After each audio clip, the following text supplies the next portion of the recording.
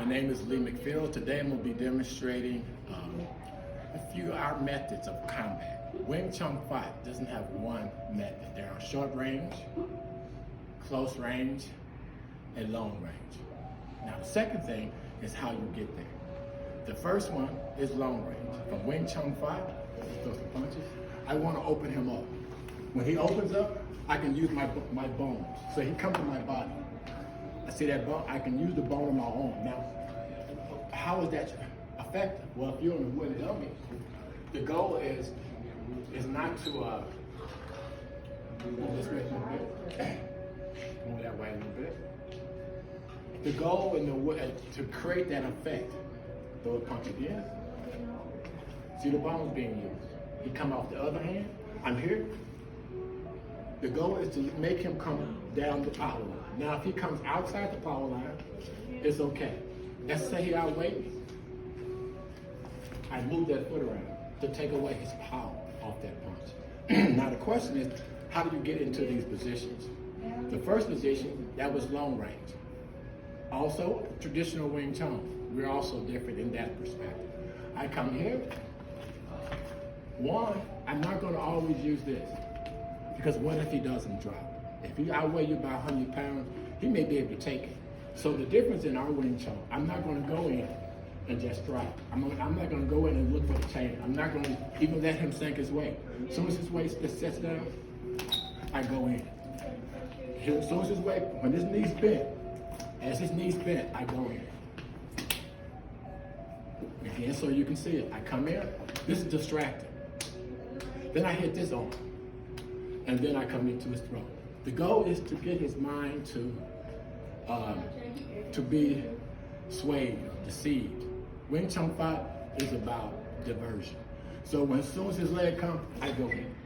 I'm touching this because I'm not really pushing it. This is the second method. I want him to attack. So if he attack with any hand, guess what? I go in control. Now see that hand there? Can he throw a punch with that hand? Say he throw a punch.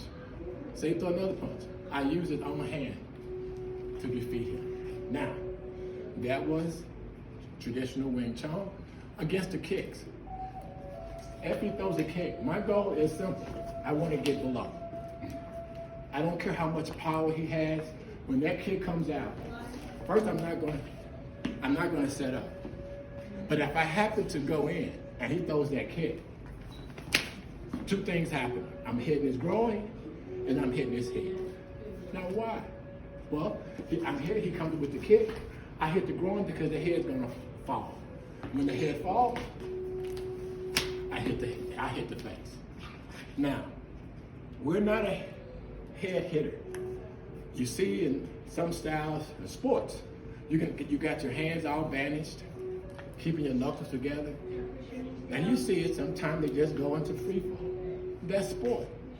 But if you're in the real world and you start doing this to an opponent, I've seen a lot of broke hands.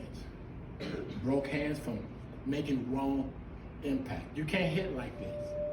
You have to get your hand here, but people's heads are hard. So our goal in Wing Chun Fut is not to always go here. Sometimes I want to go here. I'll do it slow now. I come in, he throws a punch. I make him feel like he has it. So this hand is still here, then I drop it. Let's say, for example, I come there. He actually able to drop, catch that. Then I come over with the elbow. Everything is about deception. Now you've seen long range, which is here. You've seen traditional methods that we use. Now you're going to see snake style. Well, people say, oh, it looks so pretty. But how is it used? For example, his hand come up. I go in. He got to attack with one hand. He sees a hole. So he goes to that hole. I attack. He sees a hole. He goes for it. I attack. Now, see, I missed that hand. And he wants to come to my face. Now I'm flanked. Now when you flanked, I'm too old to be hitting in the head. So I'm going to go here to the groin. See, the goal is not about hitting. That's changing blows. It's about being accurate. hitting what matters. So this is the part of Snake again. I want to get him to attack me. I want him to see the hold. He sees it, but he only has so many methods. Go out the other arm. Go off the other arm. So my body is allowed to him to see what? See weakness. Then I use foot movement. Then I change the hand position. He sees a hold. Then I come in. I'll do that slowly. I come here. And he sees a hold. I'm not going to be hitting his face with my fist unless I have to. I'm going to use the soft part of my hand, and when his hands come in, I'm going for the eye. I'm not going to risk hitting his head. I may have to hit him twice. I want to wound him. So now I hit one eye. Guess how many eyes you have left? If you're not careful, he'll leave out of here like the 3 blind mice. So, you seen the snake portion. You seen the Wing Chun Fut, how we set them up to come in. If I'm here, you're not going to punch up here. I'm going to force your attacks along. And then I use my bones. When you hit telephone poles for 45 years that don't move, your arms change. So, when that punch come out, say he's a boxer. Boxers love to jab. But what if their hand get wounded behind every jab? What am I attacking? These soft bones in the back of the head. Very soft, whether you know it or not. Now, you see short range. Now I'm going to show you some of the grabs in short range. His hand come in, he sets his hand up. That's the first one. I'm not grabbing him and punching. It's guess what? Simultaneous. Now, the second grab that is most used in our style. Your hands come up, I come here, he punches in my face. Now I come here. Now, the question is, which hand will I be striking? Top hand or the bottom hand? If I go here, put his arms here, and push him at the same time, this hand below cannot escape. Cannot escape. Why? Because I'm wrapping his arms up. I use asking hand to get there. If I can't use snake. So his hand come up again, I come here, I use asking hand to get there. Okay? Again. Now the next one, that was called center pull. I grab your arm, pull down. The second one is called grab, cross attack. So when I go there again, is to grab the arm and cross it and move his body at the same time. Take away his balance. Take away his ground. Make him think what? He feels this right here. So his mind is on trying to recover. Can he focus on this at the same time? No. Again, diversion.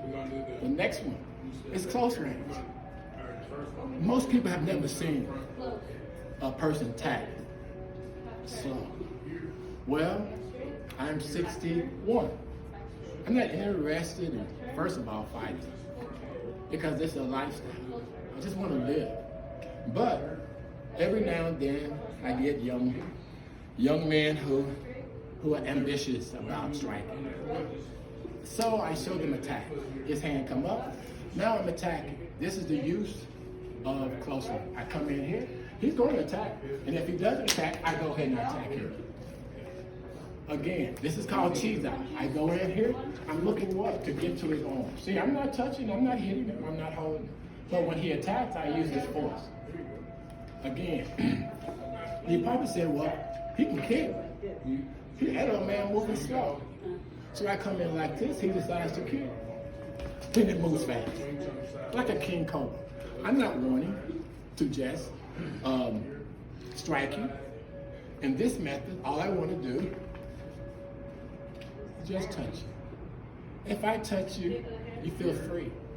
And when you feel free, guess what? You will attack. It doesn't matter which hand. The feeling is much faster than the sight. So, again, if I move in slow, say he throws a punch. His head is there. Say he throws 2 punches. His hand is there. Let's say he throws 2 punches, but one is on the outside. Now I'm going to show you the difference The way I teach fighting is I take students offensively. Take it away. Why? To develop defense priority. So if I'm defending in Wing Chun Fut, you're going to be throwing punches. I control his line. I'm not pulling his hand back because he's what? He's there. Then I open up again. He keeps coming. You see what my hand is doing? Controlling his what? Eyes or forcing him low. So if he's close, my hand is not going to do this. If he's away from me, then it comes to force him up. But when I get close, I'll come down because his head is there. Okay, so today we had a chance to review long range. Long range is executed here or here. Short range, I open up. I show my opponent a hold so I can attack. And we move in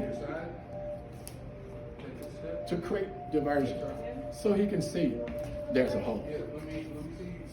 Traditional Wing Chun Fut is here.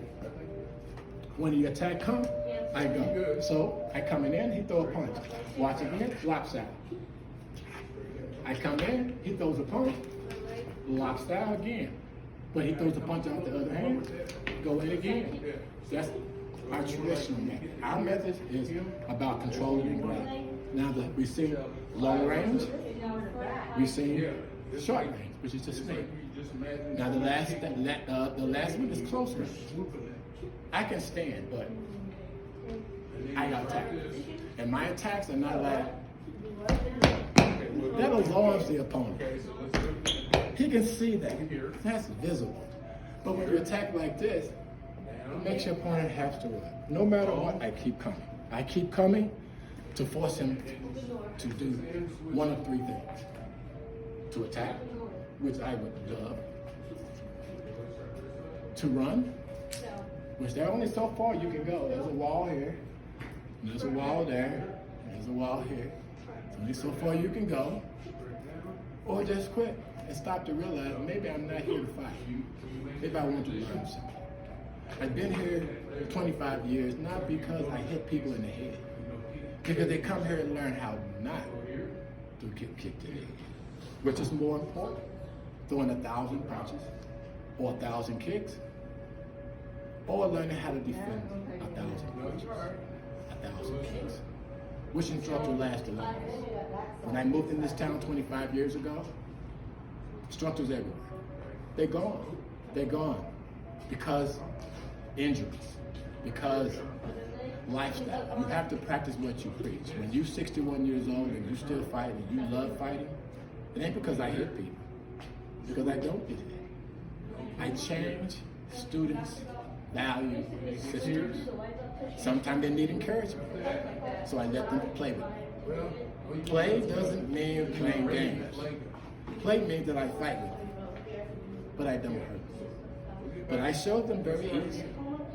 They can be home very quickly.